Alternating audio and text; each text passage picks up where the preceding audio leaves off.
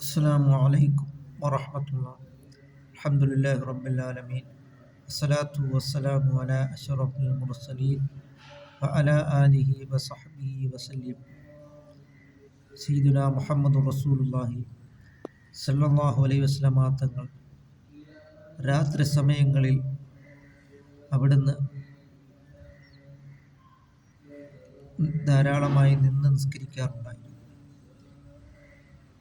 ഒരു ദിവസം സയ്യിദുനാ റസൂൽ കരീം സല്ലല്ലാഹു അലൈഹി വസല്ലമ തങ്ങൾ ഇങ്ങനെ ധാരാളമായി നിന്ന് നിസ്കരിച്ച് ഇബാദത്തുകൾ മുഴുകിയതായ സമയത്ത്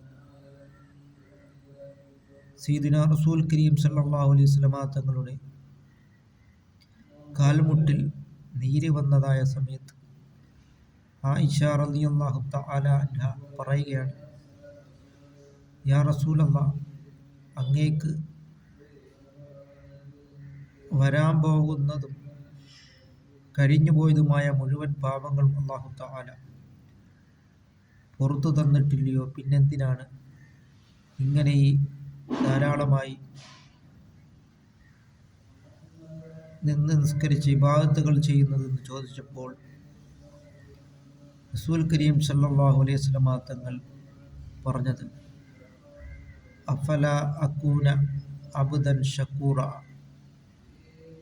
അല്ലയോ ആയിഷ, ഞാൻ ഒരു നന്ദിയുള്ള അടിമയായി തീരണ്ടേ എന്നാണ്. ലോകപ്പടപ്പിന് കാരണക്കാരനായ റഹ്മത്തുൽ ആലമീൻ മുഹമ്മദ് മുസ്തഫ സല്ലല്ലാഹു അലൈഹി വസല്ലമ തങ്ങൾ പറഞ്ഞു.